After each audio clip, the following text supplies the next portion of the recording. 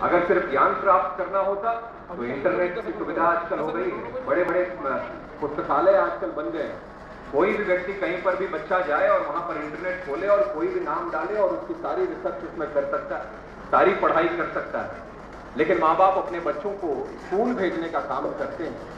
School इसलिए भेजा जाता है क्योंकि आप सिर्फ ज्ञान प्राप्त करने के लिए नहीं, सही मायने में आप सब लोगों को शिक्षा दीक्षा आप सब लोगों को मिल सके, इसलिए स्कूल में आप सब लोगों को भेजा गया।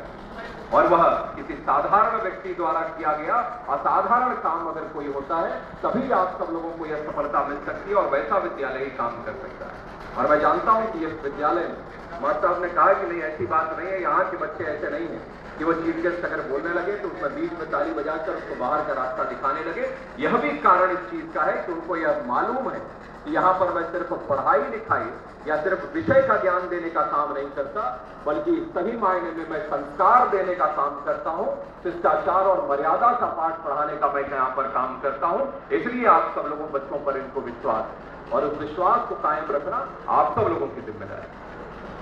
आज बहुत कहीं पर भी मुझे एक कहानी भी याद आती है, आप सब लोगों ने हो सकता है सुना भी हुआ।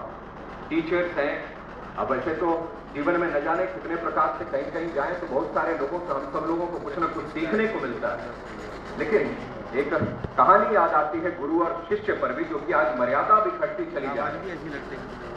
बहुत जगहों पर मैं देखा कि टीचर्स भी अपना काम सही तरीके से नहीं कर रहे, व्यावसायिक होते चले जा रहे हैं और बच्चों में भी जो संस्कार और अपने टीचर्स के प्रति, अपने गुरु के प्रति जो आदर होना चाहिए वह भी धीरे धीरे घटती चली जा रही है। उस संस्कार और शिष्टाचार मर्यादा को भी कायम रखना हम सब लोगों को के लिए आवश्यक है। एक कहानी याद आती, एक बार अरस्तु और सिकंदर आगे बढ़ रहे हैं। अरस्तु और उसमें सिकंदर, अरस्तु बहुत, दोनों लोग आगे जब चल रहे थे तो आगे बढ़ते बढ़ते अरस्तु ने कहा कि मैं आगे बढ़ता हूं और सिकंदर उनके पीछे पीछे बढ़ रहे हैं।